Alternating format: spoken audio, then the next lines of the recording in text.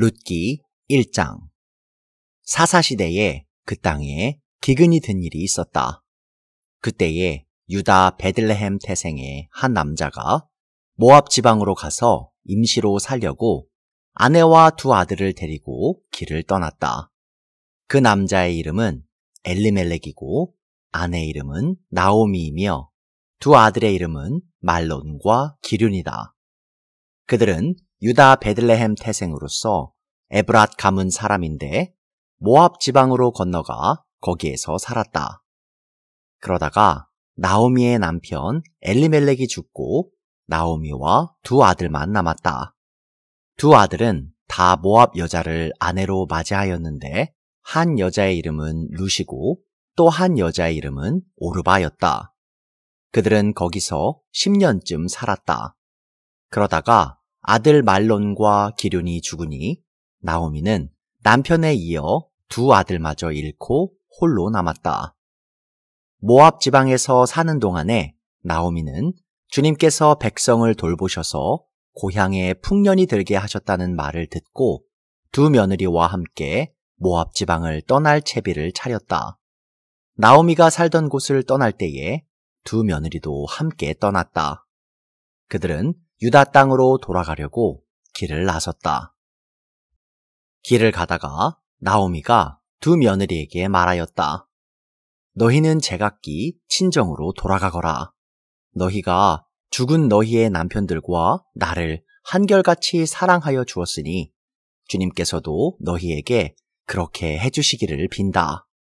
너희가 각각 새 남편을 만나 행복한 가정을 이루도록 주님께서 돌보아 주시기를 바란다. 나오미가 작별하려고 그들에게 입을 맞추니 며느리들이 큰 소리로 울면서 말하였다. 아닙니다. 우리도 어머님과 함께 어머님의 결례에게로 돌아가겠습니다. 그러나 나오미는 말렸다. 돌아가다오, 내 딸들아. 어찌하여 나와 함께 가려고 하느냐? 아직 내 뱃속에 아들들이 들어있어서 그것들이 너희 남편이라도 될 수 있다는 말이냐? 돌아가다오, 내 딸들아. 제발 돌아가거라. 재혼을 하기에는 내가 너무 늙었다. 설령 나에게 어떤 희망이 있다거나 오늘 밤 내가 남편을 맞아들여 아들들을 낳게 된다거나 하더라도 너희가 그것들이 클 때까지 기다릴 셈이냐? 그때까지 재혼도 하지 않고 홀로들 지내겠다는 말이냐? 아서라, 내 딸들아. 너희들 처지를 생각하니 내 마음이 너무나 괴롭구나. 주님께서 손으로 나를 치신 것이 분명하다. 그들은 다시 한번 큰 소리로 울었다.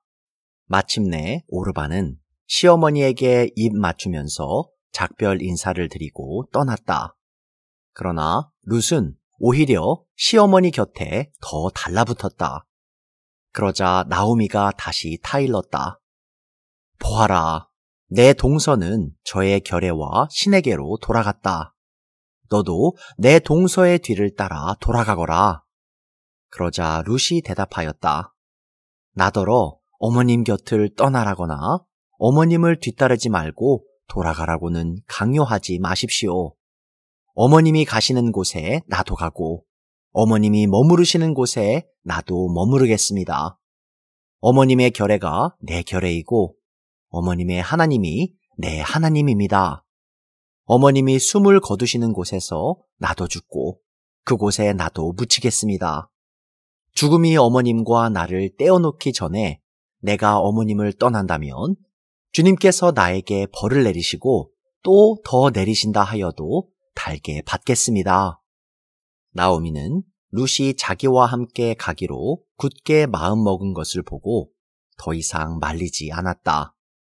그 두 사람은 길을 떠나서 베들레헴에 이르렀다. 그들이 베들레헴에 이르니 온 마을이 떠들썩하였다. 아낙네들이 이게 정말 나오미인가 하고 말하였다. 나오미가 그들에게 대답하였다. 나를 나오미라고 부르지들 마십시오. 전능하신 분께서 나를 몹시도 괴롭게 하셨으니 이제는 나를 마라라고 부르십시오. 나는 가득 찬 채로 이곳을 떠났습니다. 그러나 주님께서는 나를 텅 비어서 돌아오게 하셨습니다. 주님께서 나를 치시고 전능하신 분께서 나를 불행하게 하셨는데 이제 나를 나오미라고 부를 까닭이 어디에 있겠습니까? 이렇게 하여 나오미는 모압 여인인 며느리 룻과 함께 모압 지방에서 돌아왔다. 그들이 베들레헴에 이르렀을 때는 보리를 거두기 시작할 무렵이었다. 룻기 2장. 나오미에게는 남편 쪽으로 친족이 한 사람이 있었다. 그는 엘리멜렉과 집안간으로서 재력이 있는 사람이었다. 그의 이름은 보아스이다. 어느 날 모압 여인 룻이 나오미에게 말하였다. 밭에 나가볼까 합니다. 혹시 나에게 잘 대하여 주는 사람을 만나면 그를 따라다니면서 떨어진 이삭을 주울까 합니다. 나오미가 룻에게 대답하였다. 그래, 나가보아라. 그리하여 룻은 밭으로 나가서 곡식 거두는 일꾼들을 따라다니며 이삭을 주었다. 그가 간 곳은 우연히도 엘리멜렉과 집안간인 보아스의 밭이었다. 그때 마침 보아스가 베들레헴 성읍에서 왔다. 그는 주님께서 자네들과 함께 하시기를 비네 하면서 곡식을 거두고 있는 일꾼들을 격려하였다. 그들도 보아스에게 주님께서 주인 어른께 복을 베푸시기 바랍니다 하고 인사하였다. 보아스가 일꾼들을 감독하는 젊은이에게 물었다. 저 젊은 여인은 네 집 안악인가? 일꾼들을 감독하는 젊은이가 대답하였다. 저 젊은 여인은 나오미와 함께 모압 지방에서 돌아온 모압 사람입니다. 일꾼들의 뒤를 따라다니면서 곡식단 사이에서 떨어진 이삭을 줍도록 허락해달라고 하더니 아침부터 와서 지금까지 저렇게 서 있습니다. 아까 여기 밭집에서 잠깐 쉬었을 뿐입니다. 보아스가 룻에게 말하였다. 여보시오, 세덱, 내가 하는 말을 잘 들으시오. 이삭을 주우려고 다른 밭으로 가지 마시오. 여기를 떠나지 말고 우리 밭에서 일하는 여자들을 바싹 따라다니도록 하시오. 우리 일꾼들이 곡식을 거두는 밭에서 눈길을 돌리지 말고 여자들의 뒤를 따라다니면서 이삭을 줍도록 하시오. 젊은 남자 일꾼들에게는 덱을 건드리지 말라고 단단히 일러두겠소. 목이 마르거든 주저하지 말고 물단지에 가서 젊은 남자 일꾼들이 길어다가 둔 물을 마시도록 하시오. 그러자 룻은 엎드려 이마를 땅에 대고 절을 하면서 보아스에게 말하였다. 저는 한낱 이방 여자일 뿐인데 어찌하여 저 같은 것을 이렇게까지 잘 보살피시고 생각하여 주십니까? 보아스가 룻에게 대답하였다. 남편을 잃은 뒤에 덱이 시어머니에게 어떻게 하였는지를 자세히 들어서 다 알고 있소. 덱은 친정 아버지와 어머니를 떠나고 태어난 땅을 떠나서 엊그제까지만 해도 알지 못하던 다른 백성에게로 오지 않았소. 덱이 한 일은 주님께서 갚아주실 것이오. 이제 덱이 주 이스라엘의 하나님의 날개 밑으로 보호를 받으러 왔으니 그분께서 덱에게 넉넉히 갚아주실 것이오. 룻이 대답하였다. 어른께서 이토록 잘 보살펴 주시니 몸둘 바를 모르겠습니다. 어른께서 거느리고 계신 여종들 축에도 끼지 못할 이 종을 이처럼 위로하여 주시니 보잘것없는 이 몸이 큰 용기를 얻습니다. 먹을 때가 되어서 보아스가 그에게 말하였다. 이리로 오시오. 음식을 듭시다. 빵 조각을 초에 찍어서 드시오. 룻이 일꾼들 옆에 앉으니 보아스는 그 여인에게 볶은 곡식을 내주었다. 볶은 곡식은 룻이 배불리 먹고도 남았다. 룻이 이삭을 주우러 가려고 일어서자 보아스가 젊은 남자 일꾼들에게 일렀다. 저 여인이 이삭을 주울 때에는 곡식단 사이에서도 줍도록 하게. 자네들은 저 여인을 괴롭히지 말게. 그를 나무라지 말고 오히려 단에서 조금씩 이삭을 뽑아 흘려서 그 여인이 줍도록 해주게. 룻은 저녁 때까지 밭에서 이삭을 주었다. 주운 이삭을 떠니 보리가 한 에바쯤 되었다. 룻은 그것을 가지고 성읍으로 돌아갔다. 룻은 주워온 곡식을 시어머니에게 내보였다. 배불리 먹고 남은 볶은 곡식도 꺼내서 드렸다. 시어머니가 그에게 물었다. 오늘 어디서 이삭을 주었느냐?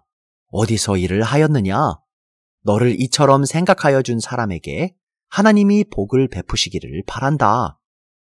그러자 룻은 시어머니에게 자기가 누구네 밭에서 일하였는지를 말하였다. 오늘 내가 가서 일한 밭의 주인 이름은 보아스라고 합니다. 나오미가 며느리에게 말하였다. 그는 틀림없이 주님께 복받을 사람이다.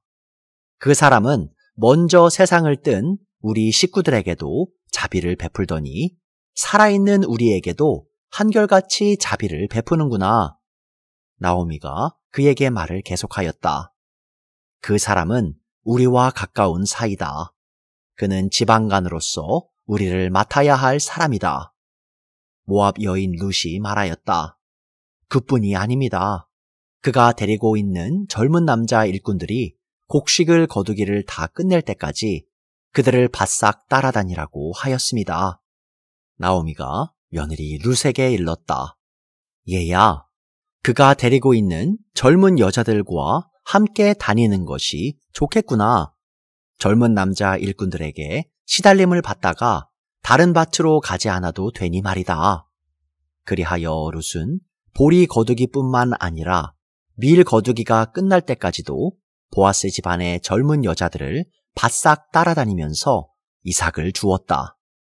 그러면서 룻은 시어머니를 모시고 살았다. 룻기 3장. 시어머니 나오미가 룻에게 말하였다. 얘야, 내가 행복하게 살만한 안락한 가정을 내가 찾아보아야 하겠다. 생각하여 보렴. 우리의 친족 가운데에 보아스라는 사람이 있지 아니하냐. 내가 요즘 그 집 여자들과 함께 일하고 있다. 잘 들어보아라. 오늘 밤에 그가 타작마당에서 보리를 까부를 것이다. 너는 목욕을 하고 향수를 바르고 고운 옷으로 몸을 단장하고서 타작마당으로 내려가거라. 그 사람이 먹고 마시기를 마칠 때까지 너는 그가 눈치채지 못하도록 조심하여야 한다. 그가 잠자리에 들 때에 너는 그가 눕는 자리를 잘 보아 두었다가 다가가서 그의 발치를 들치고 누워라. 그러면 그가 너의 할 일을 일러줄 것이다. 룻이 시어머니에게 대답하였다. 어머님께서 일러주신 대로 다 하겠습니다. 그는 타작마당으로 내려가서 시어머니가 시킨 대로 다 하였다. 보아스는 실컷 먹고 마시고 나서 흡족한 마음으로 낫가리 곁으로 가서 누웠다.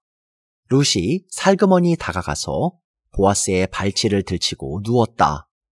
한밤중이 되었을 때에 보아스는 으시시 떨면서 돌아눕다가 웬 여인이 자기 발치께에 누워있는 것을 보고 깜짝 놀라면서 누구요? 하고 물었다. 룻이 대답하였다. 어른의 종 룻입니다. 어른의 품에 이 종을 안아주십시오. 어른이야말로 집안 어른으로서 저를 맡아야 할 분이십니다. 보아스가 룻에게 말하였다. 이봐요, 룻. 그대는 주님께 복받을 여인이요. 가난하든 부유하든 젊은 남자를 따라감직한데 그렇게 하지 않으니 지금 그대가 보여준 갸륵한 마음씨는 이제까지 보여준 것보다 더욱더 값진 것이오. 이제부터는 걱정하지 마시오, 룻. 그대가 바라는 것이라면 무엇이든지 다 들어주겠소. 그대가 정숙한 여인이라는 것은 온 마을 사람들이 다 알고 있소. 내가 지방간으로서 그대를 맡아야 할 책임이 있다는 것은 틀림없소. 하지만 그대를 맡아야 할 사람으로 나보다 더 가까운 친족이 한 사람 있소. 오늘 밤은 여기서 지내고 날이 밝거든 봅시다. 그가 지방간으로서 그대를 맡겠다면 좋소. 그렇게 하도록 합시다. 그러나 그가 그렇게 하지 않겠다면 그때에는 내가 그대를 맞겠소. 이것은 내가 살아계신 주님을 두고 맹세하는 것이요. 아침까지 여기 누워 있으시오. 룻은 새벽녘까지 그의 발치에 누워 있다가 서로 얼굴을 알아보기 어려운 이른 새벽에 일어났다. 이것은 보아스가 그 여인이 타작마당에 와서 있었다는 것을 남들이 알아서는 안 된다고 말하였기 때문이다. 보아스가 말하였다. 걸치고 있는 겉옷을 이리 가지고 와서 펴서 꼭 잡으시오. 보아스는 룻이 겉옷을 펴서 잡고 있는 동안 보리를 6번 되어서 그에게 이워주고는 성읍으로 들어갔다. 룻이 시어머니에게 돌아오니 시어머니가 물었다. 얘야, 어찌 되었느냐? 룻은 그 남자가 자기에게 한 일을 시어머니에게 낱낱이 말하고 덧붙여서 말하였다. 6번이나 되어서 준 이 보리는 어머님께 빈손으로 가서는 안 된다고 하면서 바로 그가 손수 담아준 것입니다. 그러자 시어머니가 일렀다. 얘야, 일이 어떻게 될지 확실해질 때까지 너는 가만히 기다리고 있거라. 아마 그 사람은 지금쯤 가만히 있지 않을 거다. 이 일을 마무리 짓는데 오늘을 넘기지는 않을 것이다. 룻기 4장. 보아스가 성문 위 회관으로 올라가서 앉아 있는데 그가 말하던 집안간으로서의 책임을 져야 할 바로 그 사람이 마침 지나가고 있었다. 보아스가 그에게 여보시오, 이리로 좀 올라와서 앉으시오 하고 말하였다. 그러자 그가 올라와서 앉았다. 보아스는 성읍 원로 10사람을 청하여 그 자리에 함께 앉도록 하였다. 그 사람들이 모두 자리에 와서 앉자 보아스가 지방간으로서 책임을 져야 할 사람에게 말하였다. 모압 지방에서 돌아온 나오미가 우리의 친족 엘리멜렉이 가지고 있는 밭을 팔려고 내놓았소. 나는 이 사실을 분명히 알려드리오. 여기 앉아 계시는 분들과 우리 마을 어른들께서 보시는 앞에서 나는 당신이 그 밭을 사라고 말씀드리오. 당신이 지방간으로서의 책임을 지겠다면 그렇게 하시오. 그러나 집안간으로서의 책임을 지지 않겠다면 그렇게 하지 않겠다고 분명히 말하여 주시오. 당신이 집안간으로서의 책임이 있는 첫째 사람이오. 나는 그 다음이오. 그러자 그가 대답하였다. 내가 집안간으로서의 책임을 지겠소. 보아스가 다시 말하였다. 그렇다면 나오미의 손에서 그 밭을 사는 날로 고인의 아내인 모압 여인 룻도 아내로 맞아들여야 하오. 그렇게 하여야만 그가 물려받은 그 유산이 고인의 이름으로 남게 될 것이오. 그러자 집안간으로서의 책임이 있는 그 사람이 말하였다. 그런 조건이라면 나는 집안간으로서의 책임을 질 수 없소. 잘못하다가는 내 재산만 축나겠소. 나는 그 책임을 질 수 없으니 당신이 내가 져야 할 집안간으로서의 책임을 지시오. 옛적의 이스라엘에는 유산 매매나 물물 교환과 같은 일을 법적으로 분명히 할 때에는 한쪽 사람이 다른 한쪽 사람에게 자기의 신을 벗어서 주는 관습이 있었다. 이스라엘에서는 이렇게 함으로써 일이 확정된다는 증거를 삼았다. 집안간으로서의 책임이 있는 그 사람이 보아스에게 당신이 사시오 하면서 자기의 신을 벗어 주었다. 그러자 보아스가 원로들과 온 마을 사람들에게 선언하였다. 여러분은 오늘 이 일의 증인입니다. 나는 엘리멜렉이 가지고 있던 모든 것과 기럨과 말론이 가지고 있던 모든 것을 나오미의 손에서 사겠습니다. 나는 말론의 아내인 모압 여인 룻도 아내로 맞아들여서 그 유산이 고인의 이름으로 남아있도록 하겠습니다.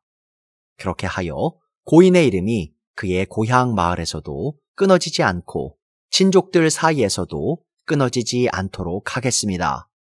여러분은 오늘 이 일의 증인입니다. 그러자 성문 위 회관에 모인 온 마을 사람들과 원로들이 대답하였다. 우리가 증인입니다. 주님께서 그대의 집안으로 들어가는 그 여인을 이스라엘 집안을 일으킨 두 여인, 곧 라헬과 레아처럼 되게 해주시기를 빕니다. 에브랏 가문에서 그대가 번성하고 또한 베들레헴에서 이름을 떨치기를 빕니다. 주님께서 그 젊은 부인을 통하여 그대에게 자손을 주셔서 그대의 집안이 다말과 유다 사이에서 태어난 아들 베레스의 집안처럼 되게 하시기를 빕니다. 보아스는 룻을 아내로 맞이하였다. 그 여인이 자기 아내가 되자 그는 그 여인과 동침하였다.